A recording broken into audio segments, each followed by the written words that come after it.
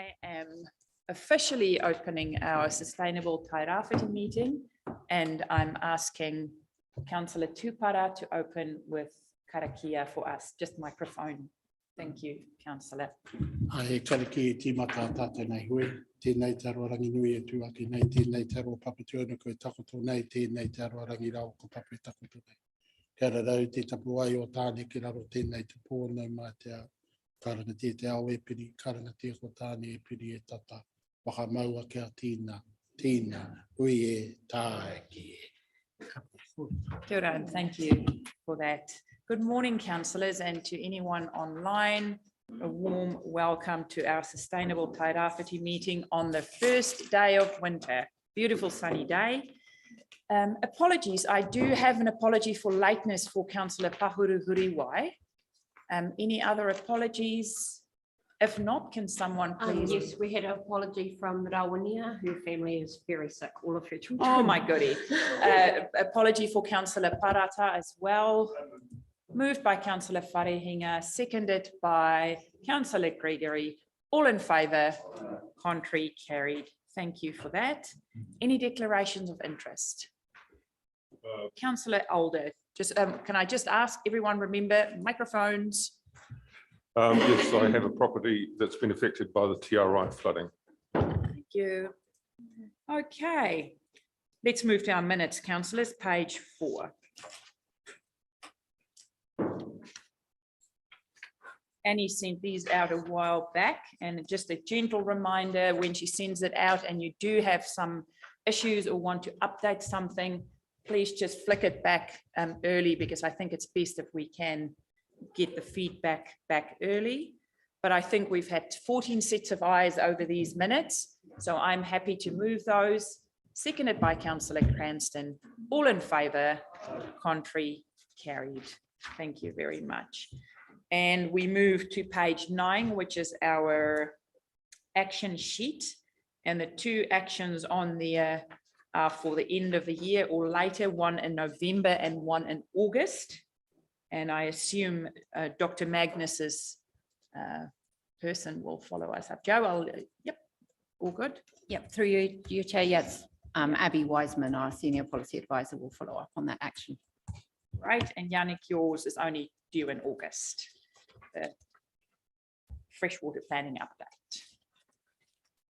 All good. Councillors, if there are no questions in regards to the action sheet, the 2 actions on there, we've moved straight to our first report, which is on page 10, and that is our submission on He Pou a Rangi draft advice on the next national emissions reduction plan. Joe, I might ask you to open the floor for us, or Abby, do you want to come forward and join us? You can. Yes, Abby will come and talk to this paper, as she is the expert. There we go. Let's turn this that way. There we go. Morning, Abby. Thank you for joining us. So you can open maybe just a 1 minute or 2 minute wrap up, and then I'll open the floor for questions from councillors. Thank you. Thanks, Your Worship. So mōrena koutou. So at the end of this year, He Pou a Rangi, the Climate Change Commission, will be providing advice to the government around the strategic direction of their next emissions reduction plan. So they've released their draft advice for consultation, and this report sets out what we see as the key messages for our submission on that draft advice. As you'll see in the report, we broadly agree with the Commission's advice, with a few feedback points, particularly around just making sure that those affordability and equity elements of the transition are really integral in that advice. So welcome your comments or questions. Thank you for that. So councillors, what we are asking today is endorse the draft key messages of the submission to the Climate Change Commission, and then 2, just delegate the final sign-off of the submission to the Mayor on behalf of Council, because any recommendations that we might make today will then be done, and then I will sign it off on the Council's behalf. So I'm opening up this report. It reads very well. different chapters. Any questions or queries? Councillor Robinson, thank you. Thank you, Madam Chair. Yeah, I found the report really, really good. Page 17, built environment. So our bullet points on the right-hand side, we've suggested on the third bullet point, the government should also consider incentivizing more use of New Zealand grown timber in building and construction. So last week, Ika held some hui here. I don't know if any of our staff attended. Yeah. So around the potential for pallet and adding value to timber at Tairāwhiti. And might I suggest we add to our suggestion at bullet point 3, encouraging the government to look at timber and building and construction and energy. I actually had the Ika guy stay with me, and it was really interesting because he said, when I look at the trees on the East Coast, I don't see trees, I see energy. And we had a really, really in-depth discussion about the value add proposal there, and it was pretty exciting, potentially transformative. So I would like that flavour sort of to come through if we can in our submissions to the government.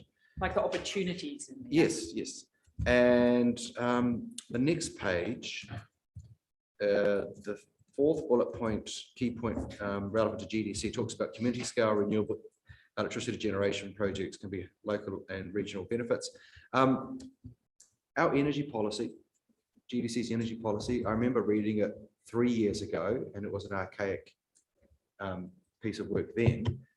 And I can't even find it when I go through the GDC website now. When is it due for review? Because if it's the same policy from before, it's overdue for review. It had a candle or a flame on the front. It was Yes, through you, your worship. Some that old. It time had a candle ago, painting. the government funded regional government to develop energy policies, and that funding has since sort of disappeared. I mean, there's limited influence that we have on energy delivery within region. We have some tools within the resource management framework, which we'll be looking at, which we are looking at through the regional policy statement. And you'll see there's national direction around renewable energy and electricity transmission, which is where we can play a role. Would suggest we have a greater role than that.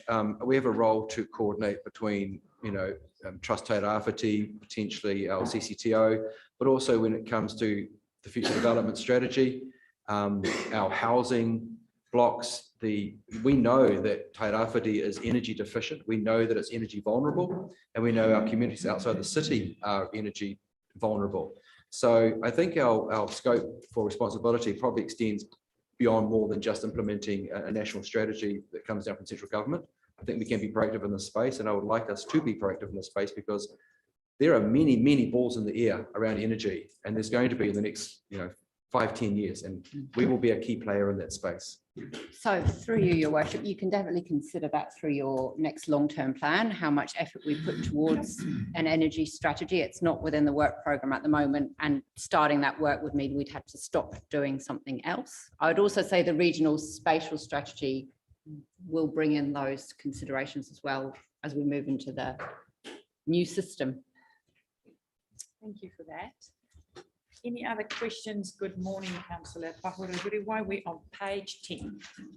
Are we just talking about our submission to the He Paua Rangi draft advice for the emission reductions plan? Councillors, any other questions? Councillor Alder, good morning. Thank you, Your Worship. Bottom page 19 and this top of page 20, talking about there being no four-wheel drive utes available in the electric field. There is one. It's an LDV ET60 double cab ute, 325 kilometres of range. And then my next question or suggestion is in the forestry area on page 19. Is there some sense in proposing a requirement to ensure exotic carbon forests against fire? This would add a cost to the planter and would also ensure it was better protected. Yeah, just a question there. Thank you. I'll leave that answer to Joe and Abby because I do not have one. So the focus of the advice around the forestry and the ETS there is around kind of at a high level the incentives that the ETS is driving around promoting sequestration through afforestation, and not focused enough on incentivizing decarbonisation at source. That said, we are including some points here around more broadly how we see the ETS could be amended, so we can look at what points we want to include there. And I would note as well that there is currently an ETS review underway that will be out for consultation shortly, but that will fall within the scope, I understand. Councillor Foster and then Councillor Cranston, thank you. Yeah, thank you. I'm happy to move the report, and I'd just like to acknowledge the excuse me, the effect of local support, local solutions for a lot of these. You know, we're a big, huge forestry region, and obviously the exotic forestation has been quite questionable, and it hasn't really worked. And our solutions from here are very good. So I'm totally happy to support the support the submission and our recommendation. So I'm happy to move it. Thank you. Thank you for that. Councillor Cranston, thank you and welcome back. Thank you. There's been a lot of discussion over the past about the reliance on sequestering, and the document talks about incentivising gross emission reductions. What might that look like in our region? I'm always aware of unintended consequences, so I'd like to get what do you think those incentive gross emission reductions might look like in our region? So there's in the advice, the Commission sets out recommendations across all of the kind of key emitting sectors for what that might look like in practice. So here, a big one would be around our transport system, agriculture as well. Excuse me. We know here agriculture is more than 80% of our emissions profile for Tairāwhiti. So it would be around, part of the advice would be extending more advice to farmers around how they can adopt low emissions practices. Similarly, in the transport space, part of the advice is around how we can have more support to enable really integrated multimodal transport systems that would reduce some of that transport emissions. So there are a range of options available. The advice is really focused at an outcome level, so it doesn't go into a lot of detail around the specific policies that would be applied to achieve those. It's quite clear in the advice that that would be up to the government to agree on those high-level outcomes in each of these sectors, and then to develop those specific policies in consultation with regions. The other thing I had was the demand for biomass located near the source. We've been talking about this for quite a few years. Do we know what progress is being made in that area? Sorry, in terms of The stimulating demand for biomass being located near the forestry. yeah, We've been trying to get there for a long time, but I'm just not sure whether we're making inroads into that or not. so through the chair, we are currently a focus region for the Regional Energy Transition Accelerator that ECA is running, and part of that is looking at our kind of biomass opportunities here, looking at both the demand and supply chain kind of factors associated with that, and we're expecting this year they'll produce a report that will look into where the opportunities might be in that space. Thank you. Any other questions or queries? Councillor Tibble. Thank you, Your Worship. My question is, could you help me understand the relationship between sequestration and decarbonisation in relation to what we're looking at now? The relationship between sequestration and decarbonate, yes. Through the chair, so good question. So the targets that have been set by the government are looking at reducing their kind of net emissions targets. So that's looking at the amount of emissions that we're actually producing and how much of that is offset through things like forestry and how much we can sequester. A real focus of this advice is the concern that our current settings mean we're relying too heavily on that sequestration, and recognizing and acknowledging the constraints around that. So basically making it really clear that we can't just rely on forestry offsets and sequestration. There's a few reasons for that. One being, theoretically, we might continue to plant trees to meet our net zero 2030 target. But essentially, if we were to do that, then every year we would need to continue to plant more and more trees, and at some point you just run out of land. It's also really important to acknowledge that not all tons of greenhouse gases are created equal. So it's quite different to be extracting fossil fuels that have essentially been carbon that's been locked under the Earth's surface for millennia, and releasing that is adding more carbon into that land carbon cycle,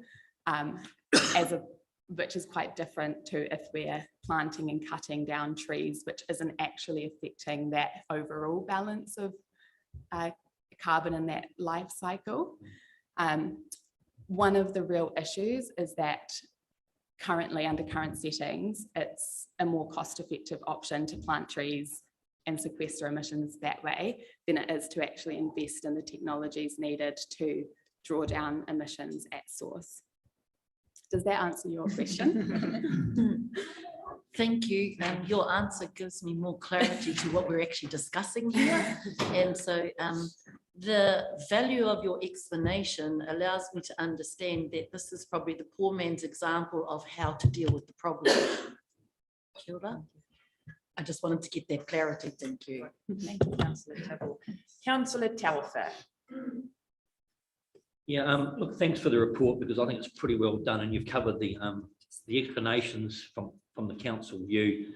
It's pretty well, but I think the one area that I'd really like the focus to be kept on, and not just, this doesn't just go and that's the last we see of it, is around the carbon pricing. The mechanism that we've got at the moment, we all know is wrong, because it's just created behaviours that have just pushed the bus down the road further. And you mentioned that just before, you know, if we have got targets at 2030, this offsetting, all that's doing is moving things down. It's just delaying the inevitable. So I think we've got to really focus on actual, you know, companies and producing vehicles that are lower emission and the actual real source, and stop this offsetting, because we've seen what we've done here in Gisborne alone. We've wrecked, you know, the farming industry, the towns, the little communities that have been affected by just mass blanket planting, one rule fits all. So I really think that's one area we really need to keep pushing on, that we're not just going to be used as a dump site, or let's just plant some more of Tairāwhiti and forget about it, because that if we all don't know by now that hasn't worked, well then we're not that bright. So I think that's one of the real things I'd like to be pushed further. Okay, councillors, thank you for your input. Councillor Alder. Thank you. Yeah, just one more question. Does a exotic carbon forest have to provide long-term forestry fire protection?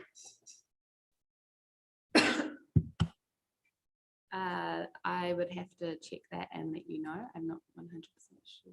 Yeah, we can get back to you on that. You know, because this is the thing about this exotic forest, is it's solving a very short-term problem, but it's going to leave us with a big long-term problem when it either falls in the ruins or catches fire. And these guys need to be held accountable for those consequences at some point. And if we bring it back to now, that they have to pay for it as they're planting it, then that's going to disincentivize it and incentivize the alternative, which is a native planting for carbon. Thank you.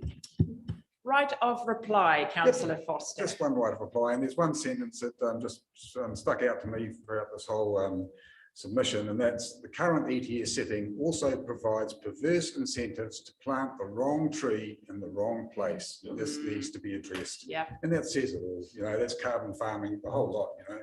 So, yeah, thank you. Thank you for that. So I have a mover in Councillor Foster, seconder in Councillor Ria. All in favour, contrary, carried. Councillor Thompson, did you vote with hand or did you want to say something? That was your eye. That's great. I thought you were just saying good morning to me. Thank you, councillors. We move on to our 2023-2024 annual plan. Thank you, Abby. Thank you, Joe. Morena, Pauline. Thank you for also the updated papers, councillors. So each of you would have received printed consultation document, but also is there a printout of the updated recommendations? At the back of this one, this last page. Oh, there we go. So you can just take the last page is the resolution that we will replace page 26 with. So that was emailed to all councillors, and Pauline, you can open the floor for us. And Nadine, thank you. We'll hand over to you. Thank you, for your worship. So what you have in front of you is the annual plan consultation document that we will be seeking your approval to release to the community for 2 weeks. Given the impact of both cyclones and in particular Cyclone Gabrielle, special legislation has been passed to enable us to lengthen the timeframes that were required. Part of that legislation, they also loosened the requirements on council to undertake consultation and recognition of the significant impacts of the events, the resources required to do so as well. So what we're proposing is a light touch engagement. Key to note really is that despite all the challenges, we still remain as per the draft long-term plan in terms of 6.5% rates increases, rates revenue increases, that's excluding growth. And looking across the sector, we're seeing significant hikes in other local authorities, upwards of around 11%. So I think we've done remarkably well to be able to hold it at the current, the proposed is what we have put out in our long-term plan. A lot of the works in here outlines these additional funding that's come in for our capital works program. And I'm sure Pauline may want to point out any other additions in here, but there is also some increases that we've experienced. We've had from interest rates as well that we've had to capture in here too. Any questions? Thank you. Yes, just a point of clarification. When we were trying to, while we've tabled the resolution within our annual plan estimates, we had estimated that the water debris would be all operational. We're just saying mindful as we go through what's the best use of it. Some of the work may be capital in nature. And so that's why we've tabled to the consultation document has that sentence added around the water debris. And that's why you have the resolution to B and C added to the paper. Just to say, hey, it could be, as we're going through this, we could do some things that are more capital nature with equipment, or how do we process that? So happy to take any questions, but to note that this annual plan is a short-term focus. It is try to do the here and now, what we have, while we plan for where we need to be. And this allows us to do that and put more emphasis in that longer-term recovery. Thank you, Nadine. Thank you, Pauline. Councillor Wharehinga, thank you. Thank you very much, Your Worship. Thank you for the report, Pauline. Thank you for the clarity. And it's really important that our consultation documents are very clear about what we're intending to do. Thank you for picking up on this and sending this through to us as councillors in order for us to make sure that we have the right amount of detail and clarity in our documents. I'm happy to move this, to move these recommendations. Thank you for bringing them to us. Yeah, prior to consultation happening. Yeah, it's the much better way in regards to our process. So kia ora, thank you for that, Ms. Wong. Councillor Cranston, thank you. Yeah, page 25 under recovery focus, subsequent changes to draft LAP. Under forestry, it's got to identify locations where there are forestry/debris felled trees that could be mobilised in storm events as a result of landslides. We know that's going to be huge. Where does doing something about it sit? So in terms of that, there's currently an expression of interest that we released this week to understand who's got machinery and to come forward with a proposal for us to determine how we can then allocate the work that's available. So that's where the money that has come in from central government is to be spent on that very purpose of doing the work.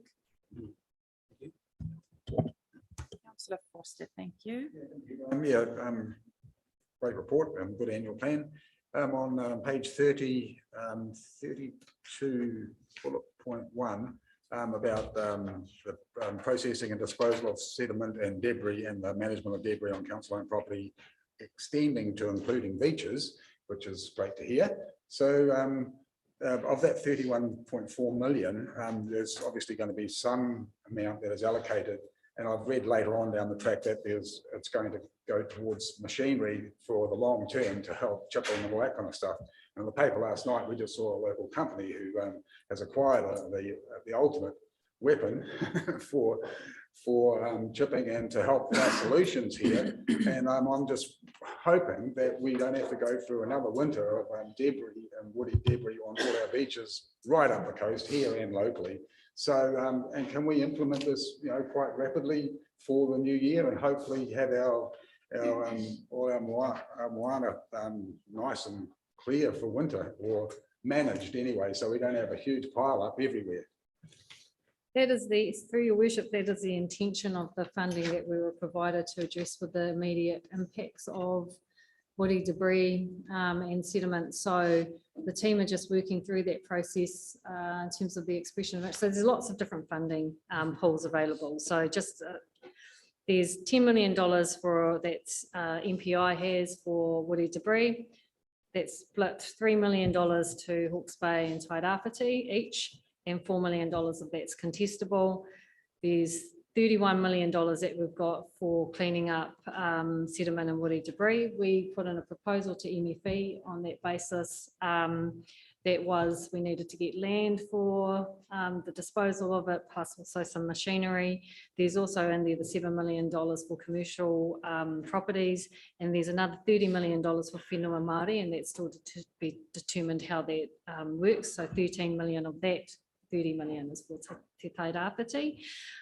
So there's a lot of money that's sitting there, and what we're trying to do is work out the best and efficient way to be able to get to the most impacted areas first and foremost, but also to ensure that the money is being spent wisely too, because there are areas that will be NZTA can cover the costs. There are some where council's responsible for covering some of that cost, and then there's forestry that needs to. So none of this will be going into onto the forestry land.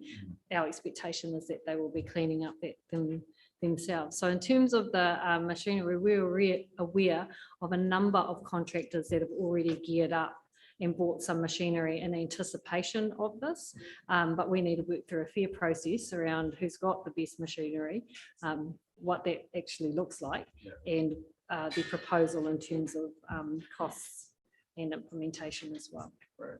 Excellent. The other question I've got is on the same page, 30, bullet point 33, and it's got 6.9 million for commercial grants. What's commercial grants? So Nadine was just mentioning that there was 7.1. This is just the apportionment we've got into the annual plan. That is given for commercial businesses that if they have suffered silt damage and woody debris, so we are processing on their behalf. So it's a grant that we would get that would then be assessed to those commercial businesses. So it's not for us, but it is available for those that after having their funds, they would still be profitable to be in business. Yeah. Councillor Thompson and then Councillor Ria. Just on page 31, bullet point 34, you mentioned an additional forestry team. Just wondering what that team consists of and how many staff in total have we got after the forestry? Was that up and running when they did the land use inquiry? Kia ora, for your worship. In terms of that report, so that item, so gosh, I'm trying to remember which date, whether it was January 26. You approved the recommendation to us to put in place an enforcement task force. This is before the land use report came out. That was for the purpose of going and identifying risk spots and undertaking enforcement orders. So this is in addition to the 10 compliance monitoring officers that we have as a special team that was to go sweep through the region, identify those forestry areas where there was risk of woody debris mobilising and ask them to remove or go to the court for an enforcement order to remove. So that is what that one is there for. There are, I think, approximately 8 FTEs that are in that task force. 18 total. There will be, well, the 10 is BAU. The 8 is specifically for enforcement orders around woody debris. Thank you. Councillor Ria, thank you. Tēnā for your worship. Mine is around the same question that Teddy was just talking about the forestry focus. And I realized that we did pass a while ago around a team for enforcement, but wondering if now with the land inquiry report, with what we've gone through the cyclones, that the scope of those particular positions could be widened to also include identifying gullies, erosion prone areas, proximity to waterways, and is it within our authority to be able to instruct forestry companies that they're actually not allowed to have slip sites in those specific areas? Kia ora. Kia ora, Councillor Ria. So that is within the scope of what they are doing, what they are going to do as part of their enforcement duties, is identifying that. Just on something else, sorry, this is page 33, just for the Hawaiikitu,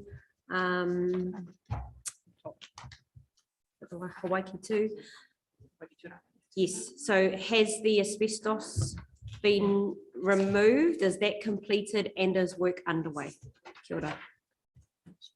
Michelle, Miss Fray, thank you.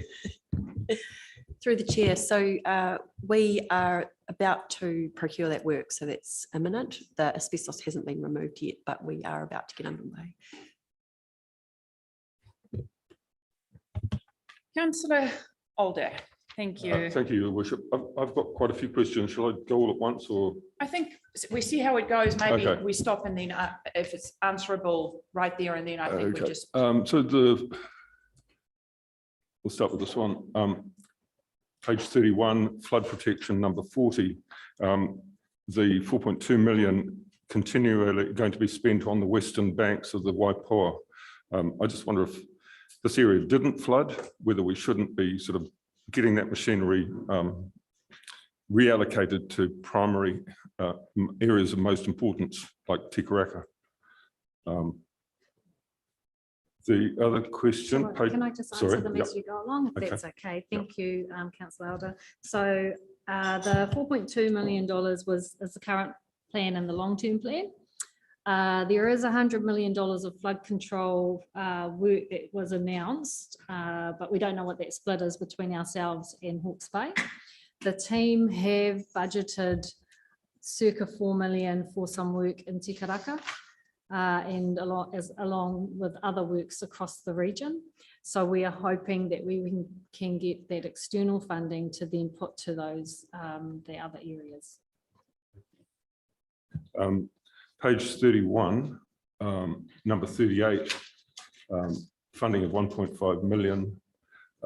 Is this presumably going to be for additional staff?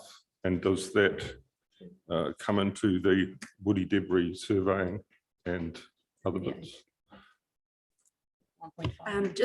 No, that is a separate piece of work. This is external funding to do the work with regards to integrated catchment management plans, and it's actually to look at, but some of that is the freshwater farm plans and other freshwater reforms that's coming through. So it's a separate body of work to the woody debris. But it will be spent on a salary, a wage? Yes. Thank you. Next question. What is PGF? Sorry, page 32, number 47, PGF route security, 3.9 million. Apologies, I should have said it's Provincial Growth Fund. So in terms just after COVID, there was a rounds of grants, and one of that was called the Provincial Growth Fund. And as part of that, that was route security up at the East Coast. It's looking at resilience and programs. So that is that delivery, which was 3 to 5 years. Okay. Roading. So yeah, apologies for this one to fellow councillor, but the bridge to nowhere, sorry, the bridge over at Kaiti. I'm just thinking at a time now when we've got so many bridges out and we're building a bridge across a road that's going to be less and less busy. I've got grandkids that cross the Wainui Road regularly to go to school. I just wonder how this is going to go down in the public, having a bridge. I know it's an artwork and I appreciate the art side of it, but I just question it. Thank you. Thank you. If I may comment, we were aware of the priorities across the region at the moment. The opportunity is that this is external, fully external funded. We have no say over how to repurpose the funding, even if we wanted to. So it's a use it or lose it one, and this has been on the cards for a very long time. Thank you. So I have an opportunity to respond. Thank you for raising that, councillor. I think it's a matter of wording. My understanding that it's not a bridge. It's in fact a lookout. And it's a lookout to enhance the cultural narrative for that area. And I think probably rephrasing that to what the project actually is probably appropriate at this stage to avoid confusion. Thank you. Can I keep going? Yes, you can keep going. Page 34, number 57. Local government there are 8 temporary amendments to the 3 local government enactments, and there's only one of them is outlined. Can we have access to the other amendments, or are they not important? We can circulate them. There might have been an LGNZ note that came out. Yeah. So I'll look that up and recirculate, but they're not relevant to this report.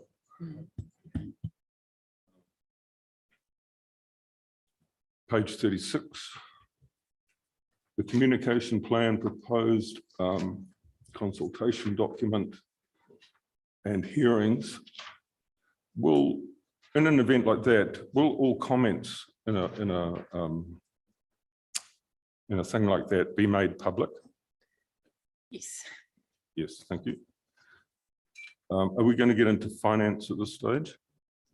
Or While we're you've going to got do the that later? microphone, let's just keep going. No, while you've got the microphone, I think go through your questions and then we'll if someone else. So getting into the financial report,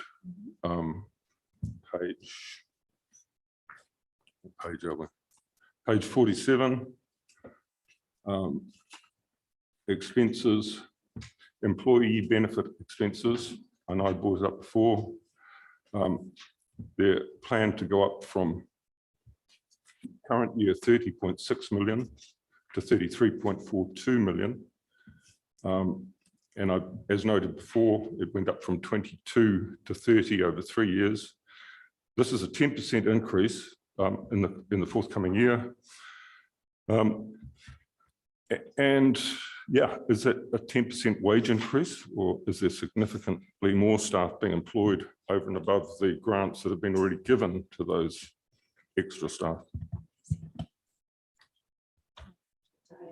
But what I can also say, so Pauline will talk to some of the details in terms of the changes from last time, because we did do some adjustments in terms of salaries. But overall, if you look at the grants and subsidies, we've increased our revenue is going up by $100 million. And so subsequently, a 10% increase in staff costs is absolutely necessary in order to be able to deliver some of that work. Notwithstanding that, a lot of the money that we're getting in is covered, that's the increase in terms of staff expense has also been covered by grants. Just to go back to what we actually had said in the draft report, and it explained what you were, so we were comparing to what was in the long-term plan. There had been significant changes or provisions that were estimated within that long-term plan that we needed to do, but we didn't know how we were going to do it. And some of those things were saying that we had the freshwater plan. There's a lot of it was said that that won't be an under operational costs. We said the freshwater plan, the Wainaki restoration. And in addition to this report, you've also got noted that you've got a forestry task force or a forestry focus that's on here, that you also have got the farm freshwater plans, which have been appended. Those are the jumps, the quantums jumps, because we're doing now additional bodies of work that has been funded from external costs. It's not that we've suddenly got a 150% increase in individuals' salary increases. It is basically because we are doing more work, which is funded externally. Supplementary question. So we are in an inflationary time. What is the planned percentage increase for council staff?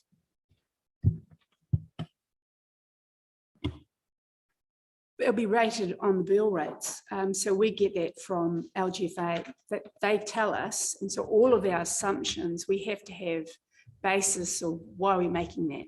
And we have that externally assessed of what that is. And I think whatever our inflationary rate that we've got in here is probably a lot less than what actually it is.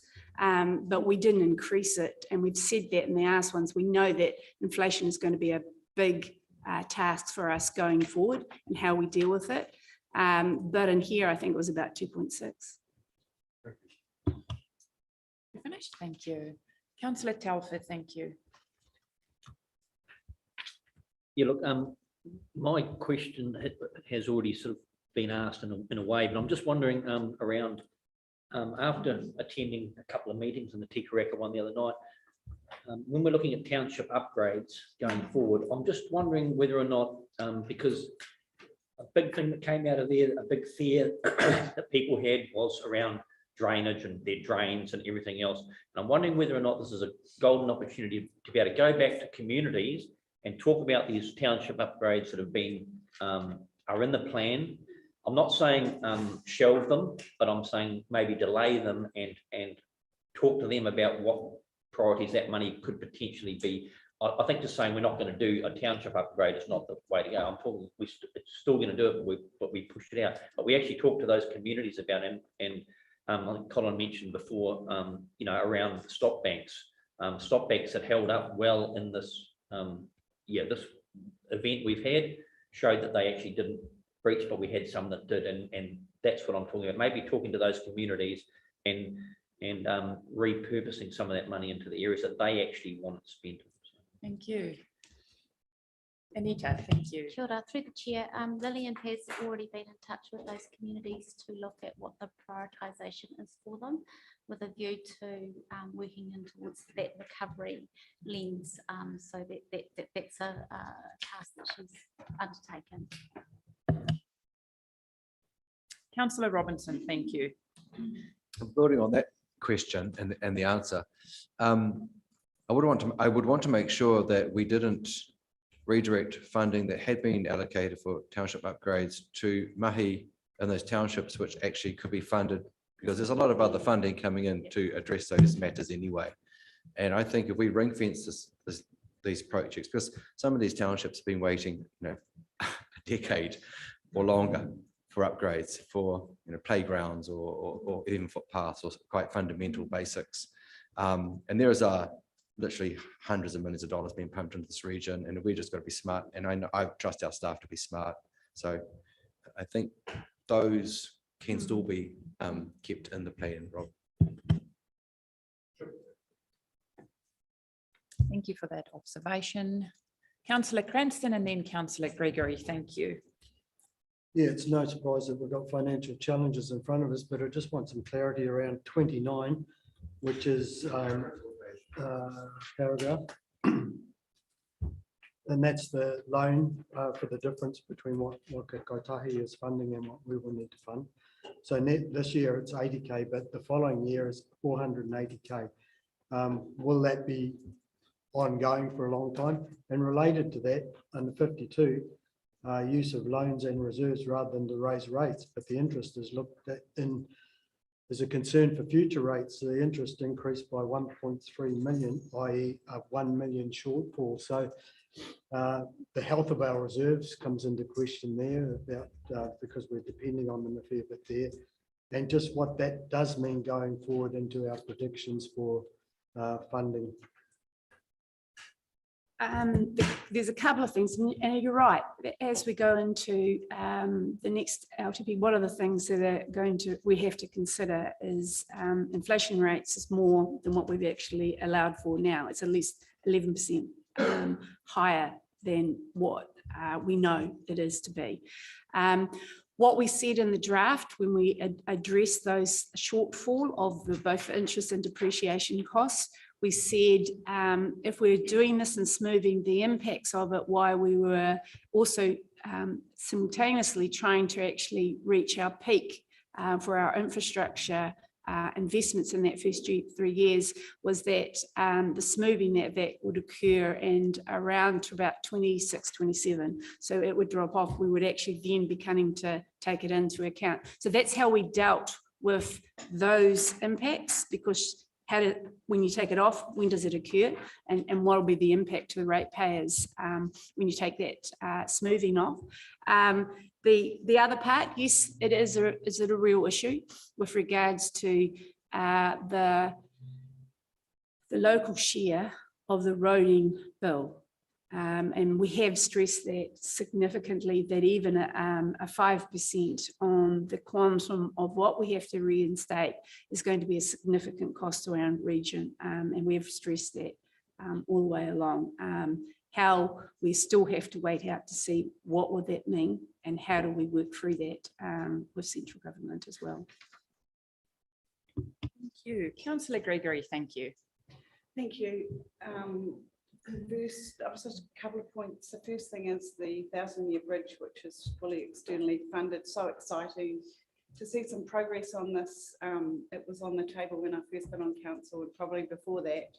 And we've always asked when, and it's cool to see it. It's nice to see something positive happening around all our other chaos that's going on.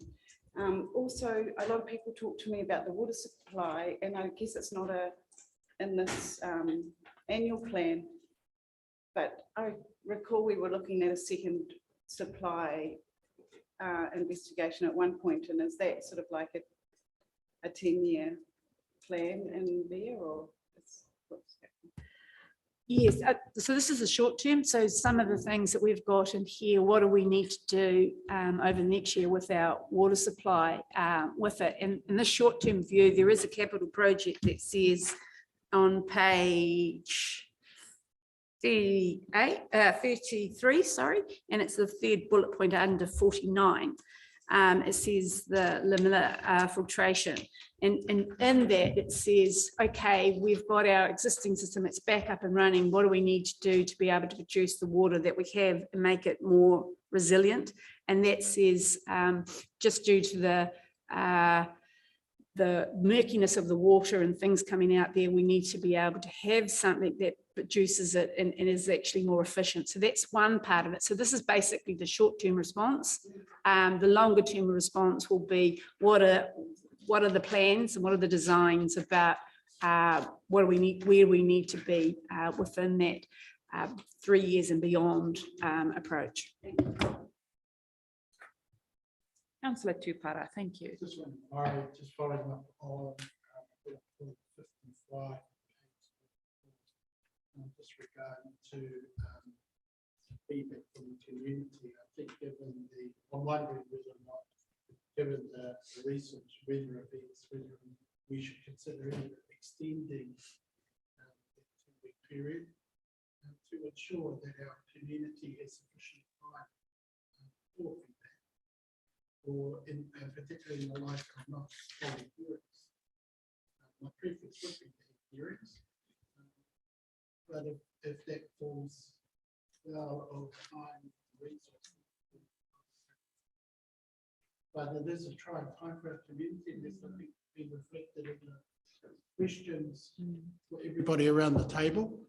And 2 weeks for particularly those that are recovering from the traumas of recent events. 2 weeks is not a long time for them to gather themselves and to put something clear and useful back into our process. What is the possibility of extending the feedback period? So I'll just answer before unless Nadine. The issue that we have is that we've got to set the rates before the end of June. And the rationale, this is a short-term kind of response of what we actually do, the immediate, how do we do this as quickly as can? These are the things we have. So this is a consideration. Definitely the longer-term view, when we can actually make those changes and put those into place, we have that with the next stage. But this is putting this in place as quickly as we can so we can get out and do the work with it. So they're the constraining factors. Supplementary comment to that. If that is in fact the case, which seems reasonable to me, that's articulated in the document that goes out to the community, so it's very clear of that there is a consideration for their further input into that. Thank you. Okay, thank you for all the comments and questions. Councillor Pahurihuriwai. Thank you, Your Worship, and apologies for lateness. I like this document. I think it's nice, it's short, it's visually appealing and holds key information that people need to make a submission. But I support Councillor Tupara's concerns around the time frame. We always are in a hurry, out in the communities, a hurry to respond to tight timelines, and it often in itself creates anxiety. And so, I don't know if everybody's rural mailboxes are working or even being delivered to, and whether or not this will get to them in a timely fashion if it's sent out hard copy and they don't have ready access to the internet. So again, there'll be people who will miss the opportunity just by virtue of how long it takes for things to get places these days. I'm wondering whether the rural roadshow is happening during this time, and whether that might be an opportunity also to get I guess staff in front of people to ask questions before they do their submission. But I like the document and appreciate the time that's gone into it. It also just had a question about the carryovers on page of what was that page? On paragraph 47, page 32, around the Kiwa pool.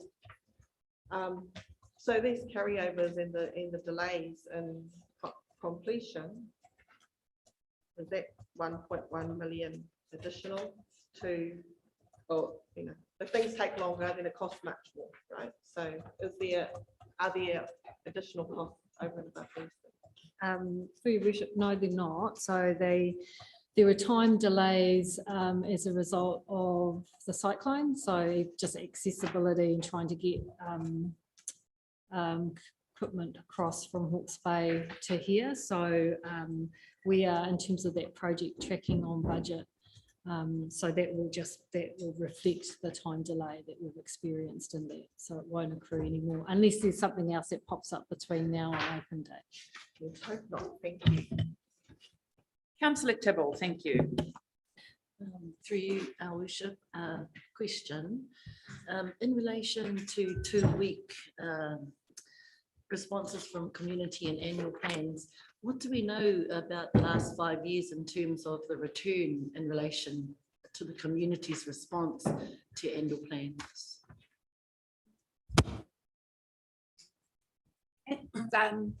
So in terms of annual plans, we don't usually, the legislation changed and said, if you've already consulted in your long-term plan and it's not significantly different, we don't need to consult again. So in terms of that, we haven't done, but in terms of the long-term plan process, is probably a different uptake. We have, say, the only comparable things is fees and charges, where we put on it every year and we ask for, so the uptake is usually not that much. But the same approach that we've taken is the same approach as what was taken in Christchurch, where, and this is also the way that central government have done their process, is that there is a feedback period. They can get that for that annual plan, and they're allowed to take that and document it as such. And their uptake for Christchurch was probably about less than 200, I think. Supplementary, so on the basis of that statistic, do you expect that we would have somewhere in that vicinity of return from responses for this consultation in the 2 weeks? It's hard to say. There may be more interest or maybe less. Yeah. Thank you. So, yep. I think, through your worship, the opportunity for us is in the recovery, so in the next 3-year phase. So with the exception of adding in the resilience and recovery work that's been funded in here and other emergency works, this is pretty much trying to just get through the next 3 years, and we're waiting for that order in council as to whether or not we can get a recovery plan. Will be the real opportunity for us to work out what is really needed across our region by way of recovery, linking in with what the Recovery Coordination Centre is doing and the facilitating some of the townships in terms of their priorities, because that'll give us a kind of bird's eye view about what we need to incorporate. So that's where we certainly there'll be large scale community engagement on that in that phase. So I want to take this opportunity and say I'm really proud of what you guys have pumped out here, because if you take a look at the first part of this consultation document, it is mostly focused on the hurt and the damage that we suffered in the last while. But I am also proud that on top of that, your staff are still carrying on with projects that lift the community spirit as well, like the pool, which will be opened. And I know all these projects had significant delays because of the weather impact. So I just want to thank you for balancing how we get back to being strong, operational, connected community again, but also doing stuff that our community, that we've consulted with our community, that they've asked us to do. And a lot of those, that PGF funding for the pool or the PGF funding for the lookout in Kaiti, that's external funding, use it or lose it. And I'm very proud that you and your team are taking this opportunity to do a bit of both, because we do have a massive road to recovery ahead of us. I also want to encourage the public to let us know what you think of this. This will be sent far and wide, and we will, it will be available for us to see what the community think and how they want us to go forward. So I do have a mover in Councillor Wharehinga. I have a seconder in Councillor Robinson. Thank you for this consultation document, and thank you for the finances, Pauline, and thank you for the wider team sitting behind all the work happening. All in favour, contrary, carried. Okay, councillors, I think we're going to grab a cup of tea and then we'll be back 10:15 for our TRMP progress. Okay, councillors, we are on page 55, talking about the progress of our Tairāwhiti Resource Management Plan. Thank you, Graham. Thank you, Joe. We'll hand over to you and then we will open for questions. Thank you. Morena Tato.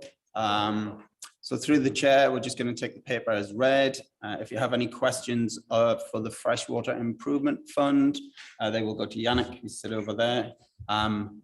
For the urban growth and development, they will be answered by Drew, who should be online, and also Vivishan, who is here as well. But remember, we have a workshop on that this afternoon, so don't shoot your boat too early.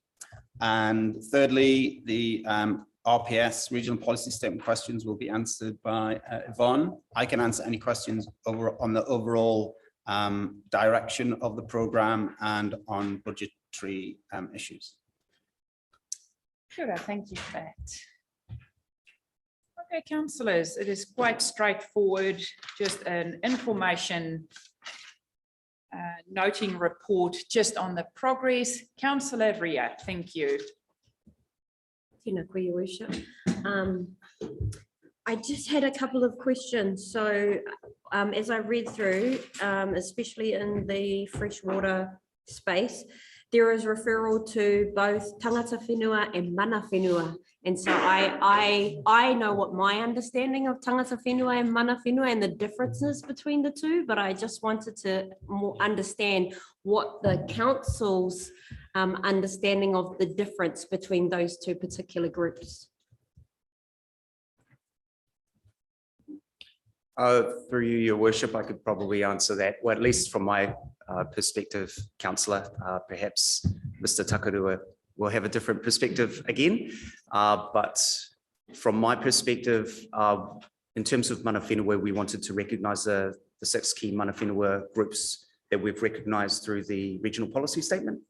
Tangata whenua is the wider Māori representation. Kia ora. Ka pai, tēnā koe, Yannick. I think it would pay for us to have a bit of kōrero in the future around that, so we all sort of have a consensus on what the meaning of tangata whenua and mana whenua and the differences between those two. In that space as well, given the establishment and the purpose of the 7 catchment groups or boards, what would be the purpose of the freshwater advisory group? Through you, Your Worship. An advisory group is really just to go through, in a catchment context, a particular part of the national policy statement, which is called the National Objectives Framework, which is a conversation which starts with the community's aspirations and then travels through identifying things like the state of the awa, the targets that we set for the things that we measure, as well as the actions that we require to improve and to achieve those target states. So there's some technical components there that we require a little bit more involvement, and an advisory group is to have that level of involvement to inform the direction of the plans. So would that be like the implementation of operations to achieve what the catchment's plans are? It would certainly be a part of the kōrero, absolutely. In terms of actions, that it's often an operational focus as well. So what we have to do in order to achieve the targets that we've set for our catchment rivers. Final supplementary question in regards to that is that how would the freshwater advisory group be made up? Are there designated seats for iwi or hapu representatives. Is there kind of an outline for the advisory group that you would need, say, X amount of people who have a deep understanding of Te Mana o Te Wai, so that that could be implemented, just those sort of. For the Waipawa catchment plan, absolutely that degree of representation and the diversity of representation is really important, so that we would be seeking interest from forestry, from farming, from cropping, horticulture, from recreation, conservation. Our position is that iwi would nominate who they deem to be appropriate for that forum. And what we would be seeking in that forum is that depth of experience for that particular catchment, for the catchments across the Rohe, as well as an ability to collaborate and work together to inform the development of the plan itself. Sorry, so that wouldn't, that's for the catchments, but for the advisory group is? That would be for the advisory group. Thank you. Tēnā koe, Iana. Sorry, through your worship, just in terms of the advisory group, so the plan, and Yana, even Mike, in terms of the numbers, was looking at 2 representatives from iwi hapu per area, per iwi, for post-settlement group, as well as Tairāwhiti whenua, so Māori landowners as well, part of the WAG. Thank you. Councillor Foster, thank you. Yeah, thank you. I just want to find out if the members of the Freshwater Advisory Group, is that a paid position? And if so, who's paying? So through you, your worship, there is a meeting fee, and that's paid from the Tairāwhiti Resource Management Plan budget. Right. Because a lot of these people are volunteering their time. You know, fair enough. I've got another question as well on page 63.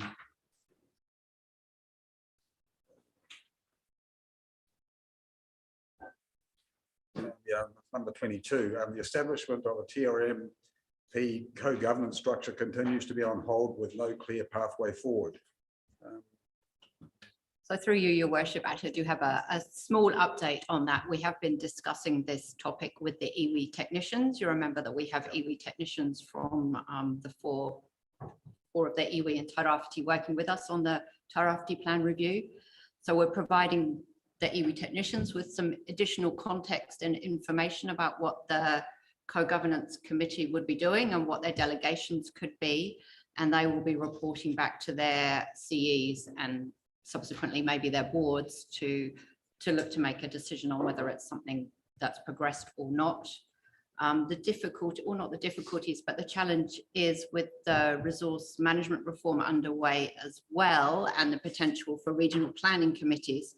The conversation is getting a little bit confused because we've got overlapping entities maybe being established, but both are important and have their place. Sure. So that statement's probably not. Yeah, it's a little bit out of date. These are just recent conversations we've had literally over the last 1 to 2 weeks, and we write these reports about 4 weeks in advance. Okay, cool. Thank you.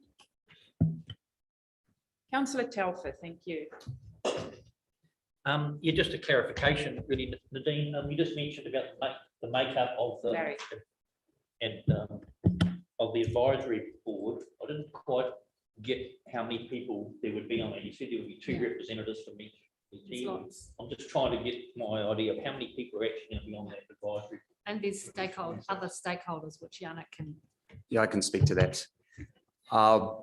Roughly would be expecting around 28 individuals to be around the table.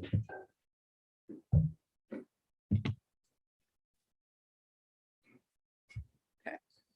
All good?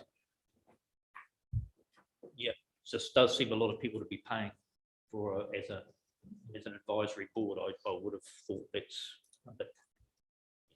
But those are all people giving up their time to bring certain expertise to the table. Through you, your chair, I think it just reflects the importance of this mahi. We need to get it right. And the time commitment we're expecting from people. It's a big chunk of time. Yannick. just further to that question as well, councillor, that we have allowed for 2 representatives from each interest group and mana whenua group to allow for redundancy as well. Our experience from the last time we did this was that when you have 1 representative and they're away or they can't attend, then you have a gap in that in the experience and the participation. So we're allowing for that as well.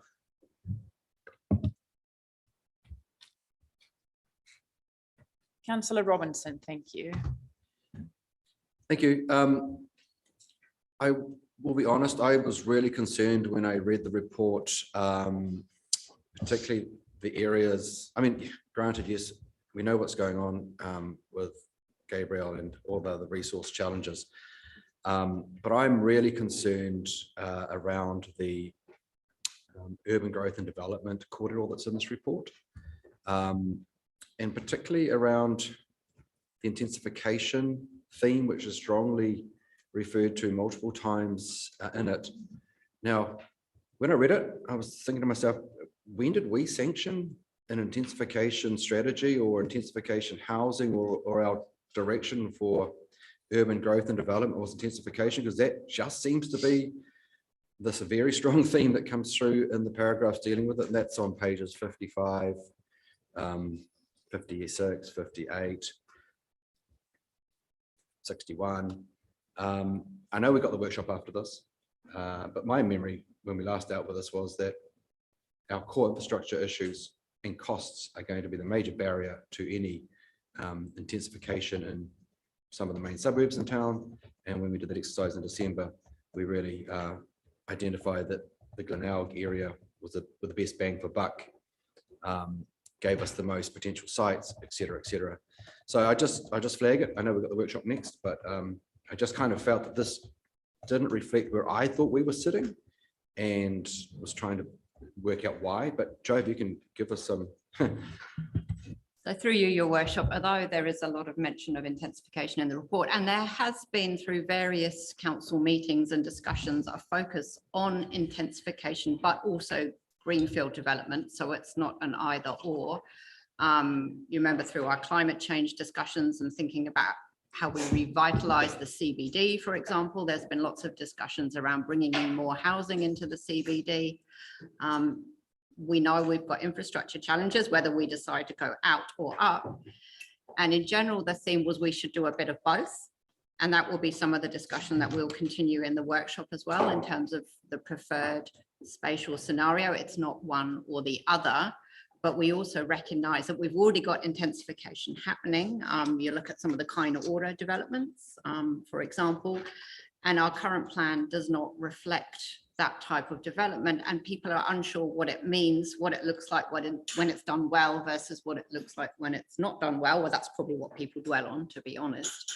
So we do really need to have a strategy and approach so that when intensification does occur, because it will, and it is regardless of changing the TRMP, that people have some guidelines, and our consent planners also have some guidelines. So we're doing it the best that we can, rather than substandard development occurring. I agree totally with what you're saying. It just felt when I read this, that was all I was hearing.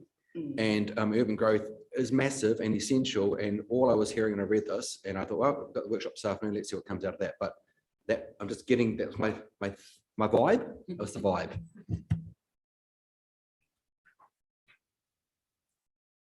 Councillor Elder and then Councillor Tibble. Thank you. Thank you, Your Worship. It's a convoluted question, bringing in a few different areas, but I'll try and do it. There's 26 representatives on the group, as I count. 16 are iwi reps and 6 from farming, 2 rec and 2 conservation. To me, that's not a very good representation of who is affected by the river. The other factor, these people have put their names forward, and then as far as I gather, the individuals are then selected that will actually come through.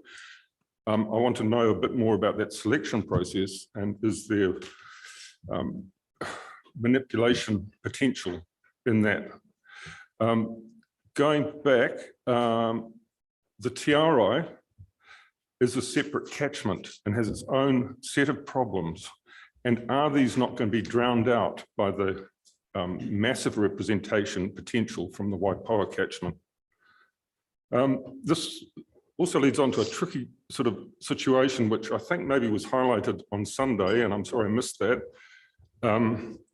where the council, I believe, were led to believe that they were consulting with iwi or with the community in Te Karakia, and it sort of turns out that maybe we weren't, which leads me to a question that we do checks on ratepayers and how well they feel represented. Does iwi or does the council do a check on iwi members to feel how well they are represented? I'll stop there. Through you, Your Worship, I could probably speak to the first two questions. I'm not sure about the third. Just in terms of the Freshwater Advisory Group selection process, we've put out an expression of interest, outlining what we are seeking through this forum, and individuals from around the community. We've also reached out to mana whenua, tangata whenua, in regards to the same process. Individuals have put forward their interest in participating. Now, how we will be selecting from those individuals is through determining their level of experience and interest and where they're coming from, their perspective with regards to the kaupapa, as well as the evidence that they bring in terms of their collaborative abilities, how they're able to work with people. Those are two important criteria, but also simply reviewing what they have offered in terms of that application. And on the basis of that, we will be looking to make up an advisory group of sorts. In terms of the potential for manipulation, I think you'd have to clarify what you mean by that. I'm not quite sure. Certainly, is there not a bias when the tiara is so poorly represented? Just in terms of the tiara, no, I don't believe there would be a bias. There is a specific project that will look at the tiara and then feed back into the wider Waipawa catchment planning process. So there will be specific attention given to that subcatchment. And then the idea is that it'll go through its own process and then be brought back and integrated with the Waipawa catchment plan.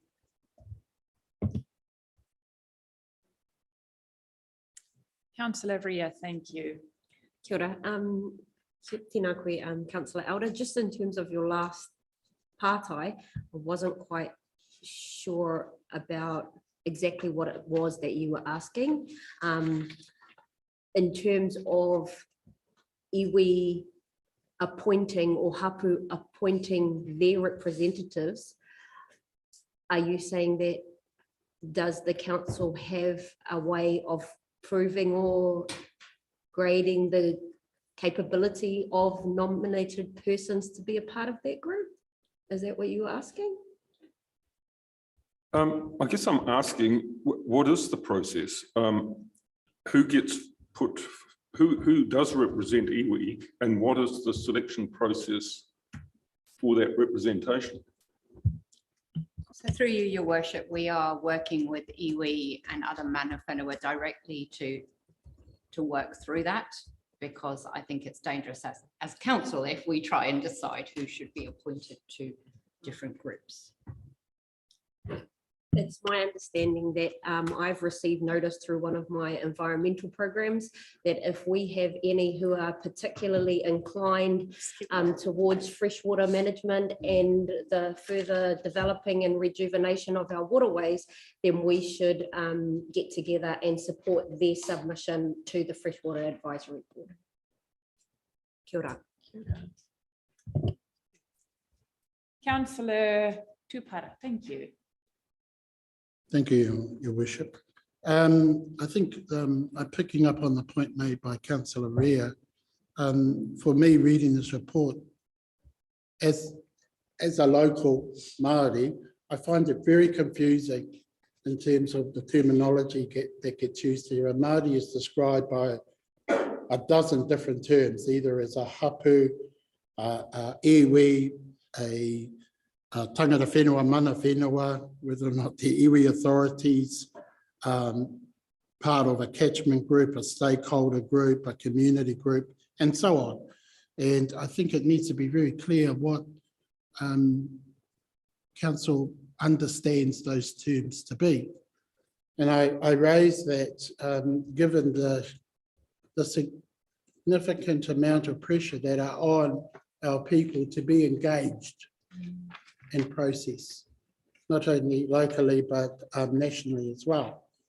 And I think in order for us to be effective, you mentioned in table 1 on page 57, the identification of significant resource management issues for iwi authorities. And iwi authority is an interesting term in itself, but the identification of significant resource management issues, I think, is even more so. It would have been useful, I think, to have a summary of what those issues were and what iwi authorities were associated with those issues so that we can get some clarity on how effective we're being in terms of our engagement. Second in that table, engagement with tangata whenua stakeholders and the community. I think part of the confusion, I'm picking up on Councillor Alva's comment as well. The inclusion, again, of another term, tangata whenua, not sure what that means, but the engagement of tangata whenua with stakeholders in the community. Tangata whenua are the treaty partners and should be engaged separately, in my view. That would certainly assist in avoiding confusion on where all these very and different entities come together. They're not stakeholders and they're not community. They're treaty partners. And they deserve to have a forum where that partnership can be realised. And I think it's inhibited if they have to share that space with others, not reducing the importance of those others, but some clarity around that would be useful. And also alongside that, I think it's unfortunate we're discussing a Waiapu catchment and a Waipawa catchment. I'm not too sure where those terms derive, but looking at the maps, particularly for Waipawa, that's a massive catchment. And it's not all the catchment of the Waiapu. The Waiapu catchment in this document is referring to the Uawa catchment in particular, caught my attention. In the Waipawa one, as Councillor Elder points out, it includes the Arai catchment.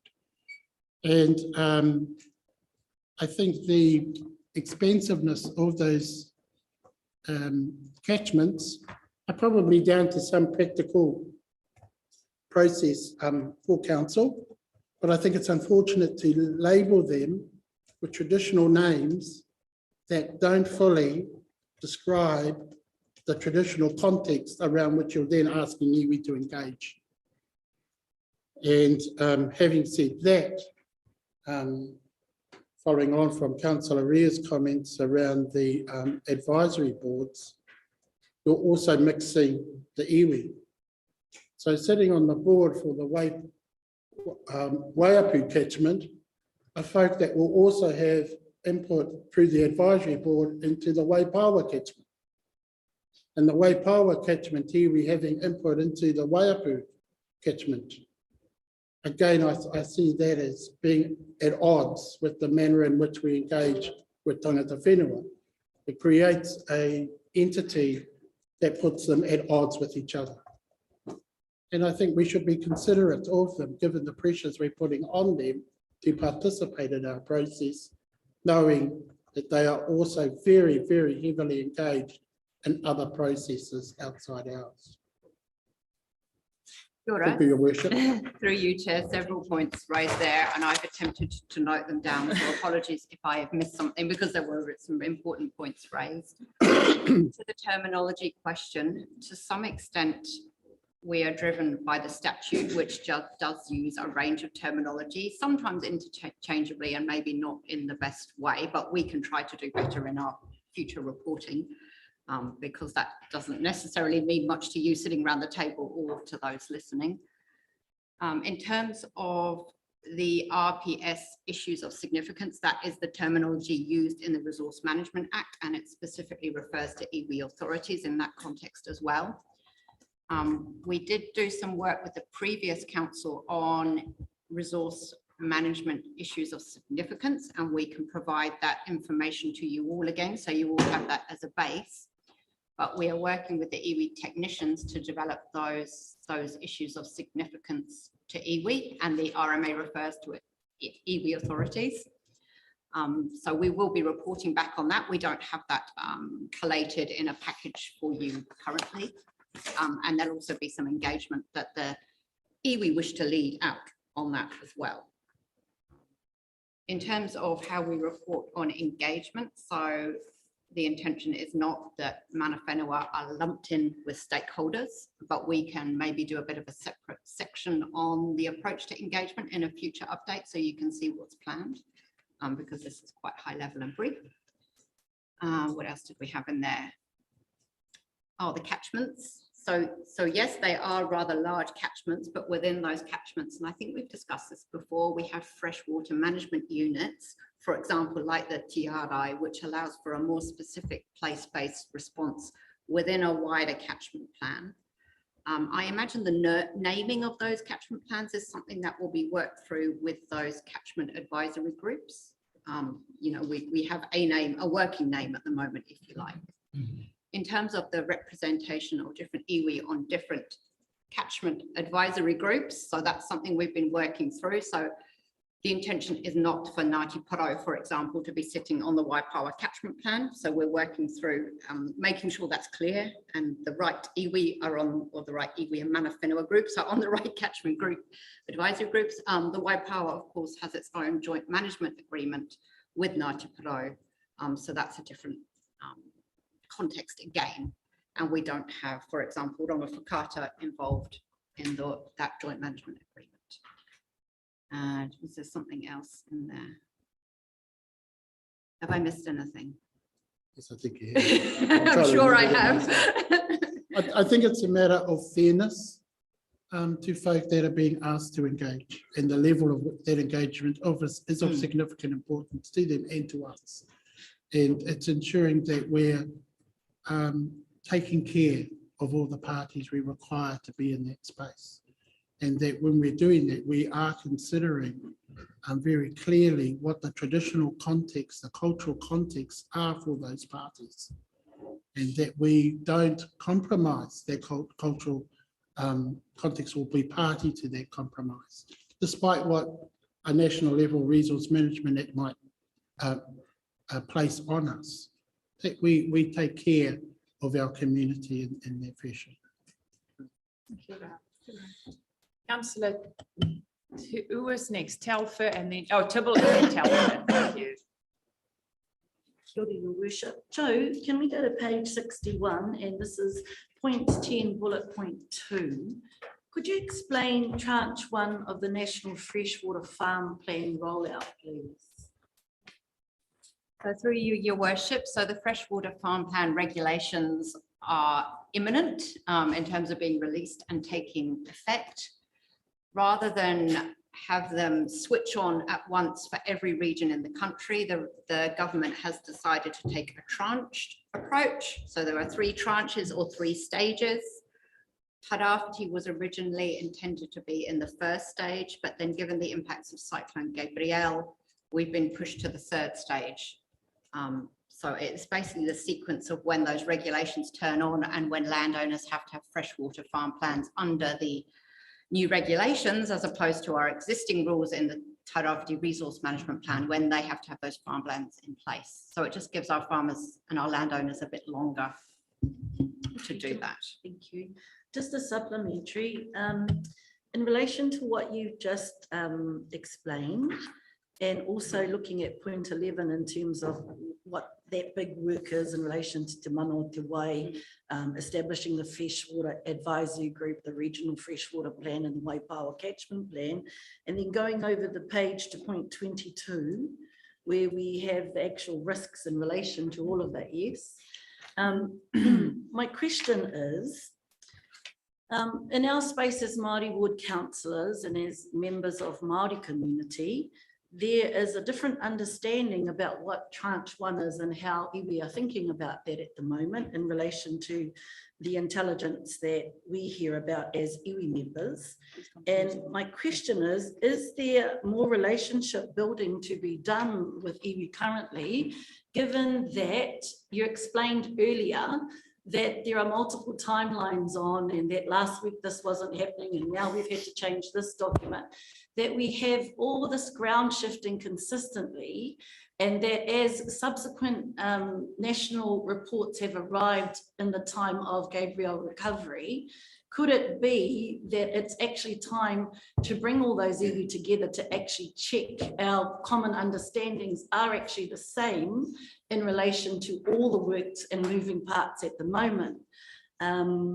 I asked that question because it seems like we're like this in relation to the understanding across how iwi are considering themselves in the nature of this stuff. And as a Māori ward councillor, I have a duty to speak to what I understand and we understand as Māori realities as a result of also our councillor realities. You will appreciate that for us, it's about being in two worldviews consistently.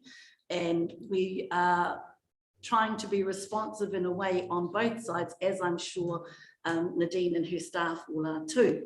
So again, my real central question is, given all this flux, because that's actually what it is there a high reality that we might be actually out of kilter with understanding what we actually think is going on between iwi and between the council at the moment? Thank you.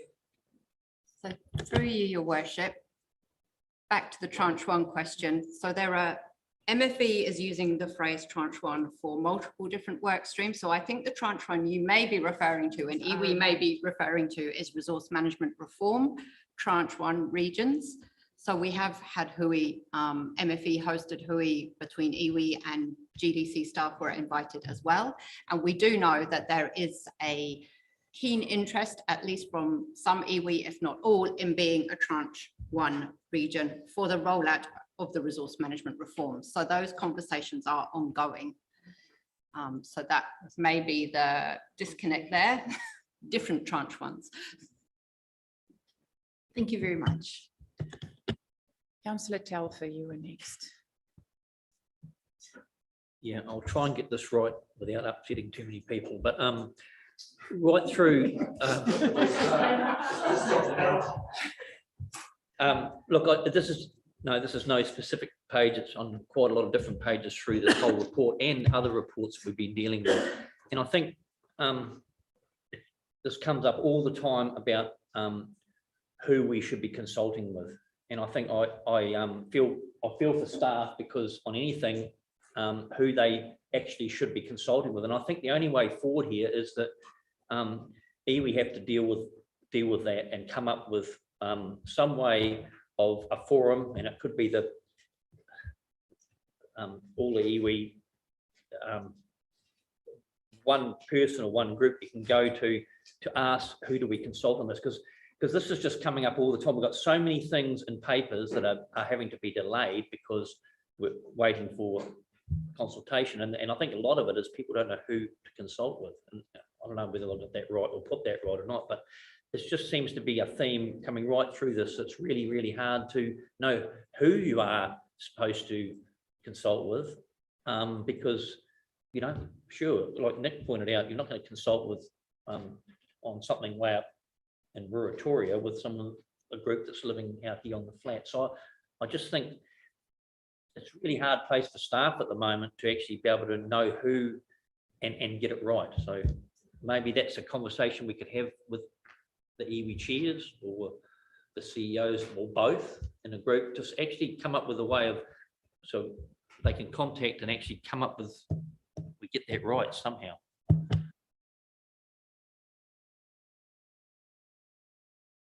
I'm going to pass over to Councillor Ria, who's going to answer that. Thank you. Not so much going to answer it, but I just want to, like we've also said in these council hui that iwi are not resourced like we are. They don't have the workforce that we have. So quite often the freshwater person is the planting person, is the forestry person, is the person who writes the reports and rings the nannies and drops off the COVID packs. And so they're doing everything. I understand that that model would be easier, but it's not that simple, because also at that, we understand how at council we cover these major things, but there's all these nuts and bolts and cogs that we also need to cover. And so sometimes when we're dealing to the major things, we might forget a nut and a bolt and a cog. And if we're to change our direction and only deal specifically with iwi who have huge kaupapa that they must focus on right now, we may actually leave out the things that, like Colin has always said, about the people who live at Te Arai. So the hapu that is specifically in this waterway, they could possibly not have an opportunity to engage because of a bigger kaupapa that the iwi might then be participating in. So it is complex. Is that what you wanted to say? Those are the very words you wanted complex. to use. But in saying that, I want to move the report. Thank you. Moved by Councillor I would Ria. like to move the report. Kia I ora. still think I had one speaker. Did I have one speaker? Councillor Elder, did you want to have another go? Did you have any go? Can I? You go, yes. Just a question, and it is on page 61. What next? Number 11, procurement of Te Mana o Te Wai expert. Is that expert going to be of the Te Wai, i.e. a hydrologist, or of Te Mana and representing the life force? So what sort of person are we looking for there? Through you, your worship. So this is an expert about in the concept of Te Mana o Te Wai as a concept, not separating the why from the mana. It's an integrated concept. So we've been working with the iwi technicians on who a suitable provider may be, and we have a list, and then we'll go out to that list and select the best candidate. Last speaker, Councillor Tupara, thank you. Thank you, Your Worship. Just following on from Councillor Telfer's, I think very significant input there. We sit at a time of significant change in this country. And I think the difficulties that we face are challenging, absolutely, but are defining as well on who we are as a local authority in particular. And I think it's timely that we should be having these discussions. We are not yesterday's council. We're today's council, and we face dilemma on many footings. And I think for me that my difficulty has come with the terminology that we use. Our reo in council is confusing, not only for our community, but definitely for Māori, for iwi, for tangata whenua, but also for me. And dealing with you know, an MPI or a PNG or whatever else is difficult enough. But when your truncheons are getting confused, you know, it's just becomes quite a bizarre landscape. But I'm thrilled that we're tackling that. That's our job. And we sit at a time when these things are real for this country to advance. And I was going to use the word enjoy. I look forward to the engagement on how we figure this out. And in the Tairāwhiti, it is crucial. And it shows a sense of leadership, not only within our region, but to the country. And we need to get these things right. And when we can, yes, we will take over the world. Kia ora. Councillor Tibble. This is for Councillor Alder, and also to, I suppose it's a, yes, I think, yes, I'll just share it. I will be the female MC for the very first ever Te Mano Te Wai conference being held by the Ministry of Environment later on this month. Oh, So fine. 35 projects is part of my review for that particular piece of work. And Rotorua coming up. Kia ora. Go, councillor Tibble. Okay, I have a mover and councillor Ria. Do I have a seconder? Councillor Foster, all in favour, contrary, carried. Thank you for that. We move to our last paper, Joe, today, which is our joint management agreement and the Waiapu Koka Huhua project. And that is a noting paper. So we will take it as read, but we'll hand over to you to Yannick and Joe to share with us. Just open the floor, and then if there are any questions, we'll take it from there. Thank you. Okay. Let's go, Councillor Robinson. Thank you. Page 70. Paragraph 3. Just wondering for the source of that statement. Where has the Crown acknowledged that deforestation policies resulting in flooding? Where has that been formally acknowledged? Where has it been formally acknowledged that the measures the Crown took also failed to effectively resolve it? I mean, anecdotally, we can conclude that, but that's a pretty comprehensive statement, and I just want to make sure that we're got a good backing before we say things like that. Through you, Your Worship, I do believe that it is wording from the accord itself that was signed by those parties. That's fine. Yeah. Any other questions? If not, moved by Councillor Wharehinga, seconder, Councillor Ria, all in favour, contrary, carried. Thank you, councillor. So this closes our official Sustainable Tairāwhiti meeting. I am quickly going to talk to the CEO to see how we structure